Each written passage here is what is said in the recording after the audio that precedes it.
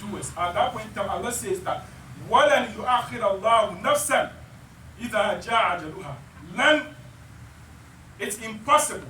Allah says it's not going to increase your lifespan nor decrease it when the time comes. Therefore, let's not think that you can only die whilst you are old. Allah doesn't care about your status.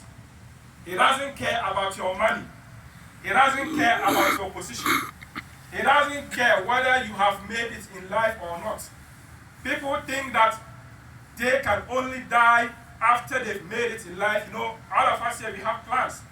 You want to make money, you want to marry the beautiful lady, you want to buy the beautiful car, build a mansion, a lot of plans. Nobody is saying that don't, you know, seek for success. Allah says that,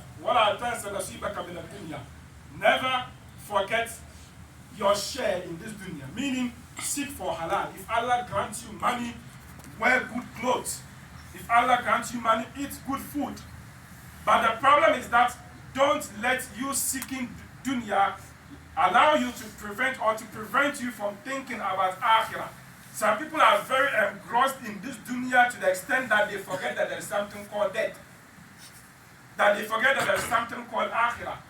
And when death is coming, it's not going to tell you, give you a prior notice. No. Death is just going to come when it's time.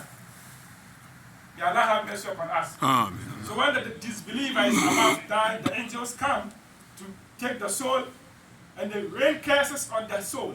That you, a malicious soul, come out to the anger of your Lord.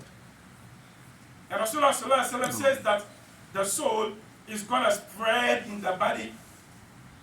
The soul doesn't want to come out because he knows what is at stake for him. But let's understand that our life in this dunya, you know, death basically has to do with, you know, the complete separation of the soul from the body. Meaning our life in this dunya has come to an end. But our existence is still there. Because the soul is the life of more or less the spiritual world. So the soul doesn't die, but it's rather the body which becomes lifeless.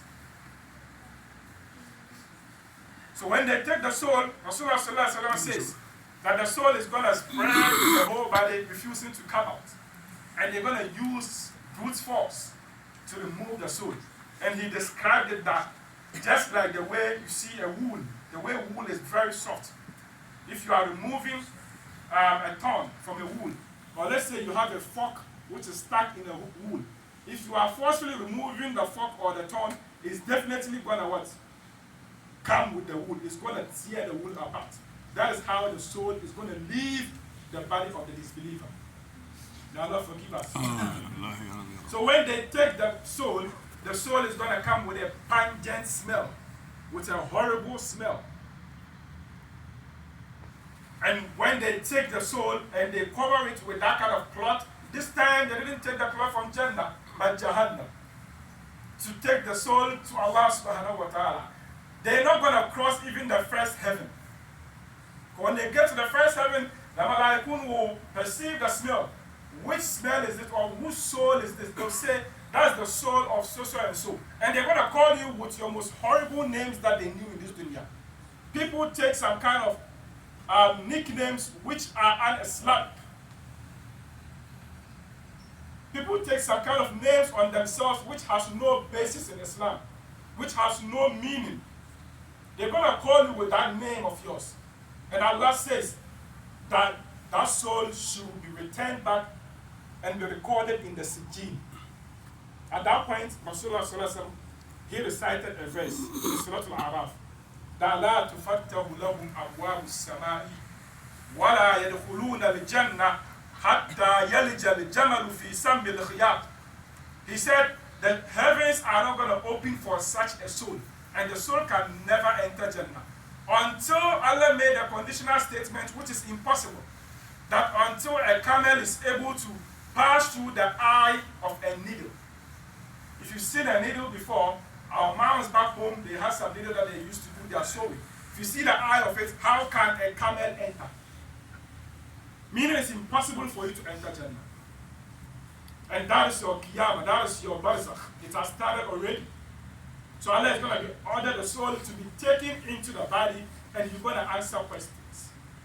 But at that point in time, since you are a disbeliever, you can never answer those questions because Allah is the one who is going to give you the ability to answer those questions. May Allah subhanahu wa ta'ala have mercy upon us. Let's try as much as we can to understand that whatever we are talking about today, it's real. If you are not about to die, you're not going to experience it. But when you are about to die on your deathbed, that's when you're going to see everything as Rasulullah stated. May Allah forgive us and have mercy upon us. أقول ما تسمعون وأستغفر الله لي ولكم ولسائر المسلمين من كل ذنب فاستغفروه إنه غفور رحيم.